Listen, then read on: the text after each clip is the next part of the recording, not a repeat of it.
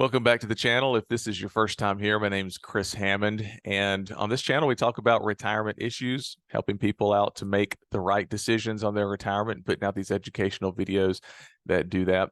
Today we're going to be talking about taxes and specifically about how to make estimated tax payments to the IRS during the year. Now, this is really for people that are, let's say you're self-employed. That'd be a really big category of person that this would be important for. If you receive irregular income that you don't have taxes withheld from, that's going to be important as well. Or really just anyone that's not having taxes withheld on their income throughout the year. So if you're like a W-2 employee, you have an employer and you get your pay stub every 2 weeks and it shows the taxes that are withheld, you're all good with this. But if you're self-employed, you know that you have to make estimated tax payments each quarter.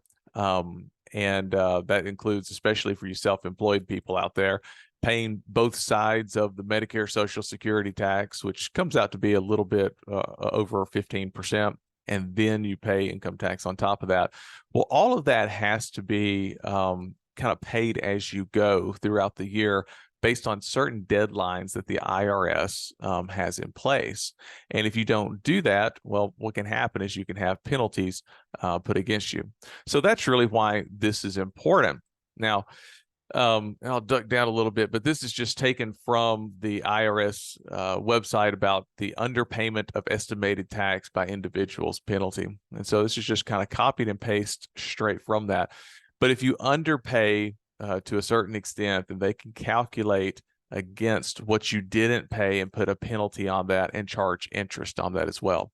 They calculate the penalty and highlighted in yellow over here is based on the amount of the underpayment, the period when the underpayment was due and underpaid. And so there's certain periods, and we're going to talk about that on the next few slides. And then they apply an interest rate for the underpayment, and they publish that interest rate that they apply. They publish that quarterly. They also have some helpful links on there where you can learn more about how these penalties apply.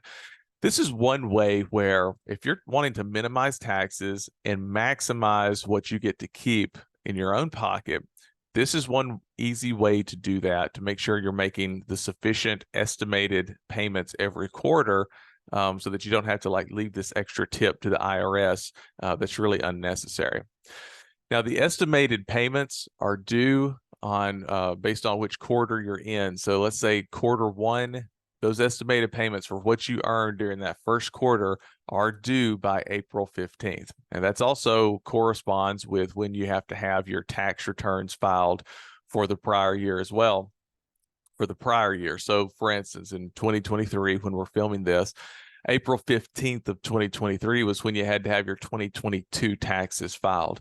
But that April 15th was also the deadline when you had to put in your estimated tax payments for the first quarter of 2023 as well.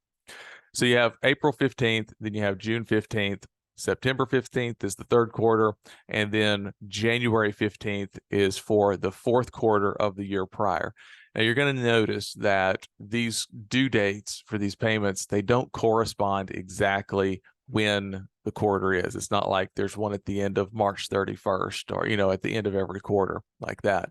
And they're a little bit off on that, but those are the due dates. And what you have to do is, if you earned money during that quarter, and this is money that you don't have any taxes withheld from. So if you're a W-2 employee with an employer and they're withholding taxes, you don't have to worry about this. But if you have some irregular income, let's say you sold some stocks and had some big capital gains or something like that, or you sold some land, some real estate, and you had a big gain from that as well that you were going to owe taxes on, you would want to file the estimated taxes on the gain, the income that you realized from that sale, based on these deadlines. So if you did that in the first quarter of the year, then you want to make that estimated tax payment on what you think the gain was X amount, and you're going to estimate that your tax rate on that is X amount. and you're going to want to make that estimated payment by April 15th, for example. You can't wait until the end of the year or January 15th. You can, but if you do, then they're going to know that you earned that money at the first quarter. You didn't pay it until toward the end of the last. And going back to that prior slide, they're going to look and they're going to say they're calculating the penalty based on the period when the underpayment was due and underpaid. Okay, so that's why this is something you have to do throughout the year. Now, you'll pay the estimate based on income earned during the quarter. Common examples of this would be if you're self-employed, you understand this, you know how those deadlines work. You have to put in your payment estimate every quarter. Irregular income with no withholding. A big one when you're, especially for people watching this channel, because we talk about retirement issues, a really big one would be things like Roth conversions during the year. So if you do a Roth conversion in the second quarter, then you're essentially, if you don't know, what you're doing is you're taking money from your traditional IRA, you're claiming your withdrawal from that, your conversion, as income, so that it then goes into your Roth IRA and it's going to be tax-free from there on out. Well, if you do that in the second quarter, then you need to make your estimated tax payments to the IRS by June 15th for that second quarter. Now, and specifically, like when you're doing something like a Roth conversion, just to kind of stay on this topic a little bit longer, when you're doing a Roth conversion, you of course have the option that you could say, if you're going to convert 10,000, you could say withhold 2,000, send that on, withhold that for taxes, and so you don't have to worry about making an estimated payment. You just do the withholding, so you don't have to go out of your way to log into the IRS website and make a payment. But that means, if you did 10,000 and you had 2,000 withheld, only 8,000 went into your Roth IRA. Now, in a perfect world, you'd want to get the whole 10,000 in the IRA, the Roth IRA, and then you just write a check from like your bank account or whatever, so that you can maximize what actually gets to stay in that tax-free shelter. If you do it that way, you have to make sure that you make your estimated payments when you do that. Another common reason you might have to make estimated payments would be like capital gains on the sale of assets. So you have some lumber, timber on your property you're going to sell, have somebody come cut the trees. If you have some property you're going to sell and you make a gain on that, you're going to have to pay tax on that gain. So that's another common example. Now, there's one exception to this, is if you have tax withholding done. So when the IRS receives, like when you earn income in, say, the first quarter of the year, you don't need to wait until the last quarter to pay your estimated tax on that.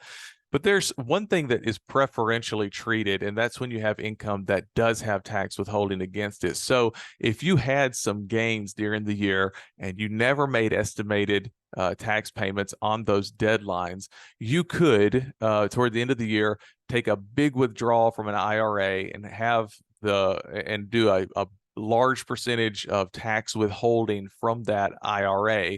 So it's taxes being withheld from that, and maybe a larger amount to cover the income that you earned in the first, second, and third quarter, for example.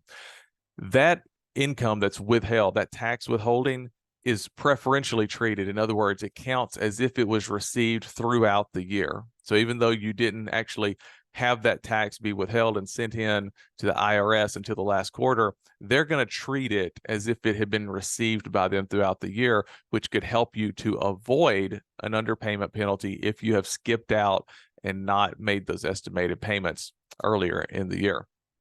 Now, big question is, how do you make estimated payments? Well, the IRS has a pretty handy website, irs.gov, and this is simply a screenshot from it right here.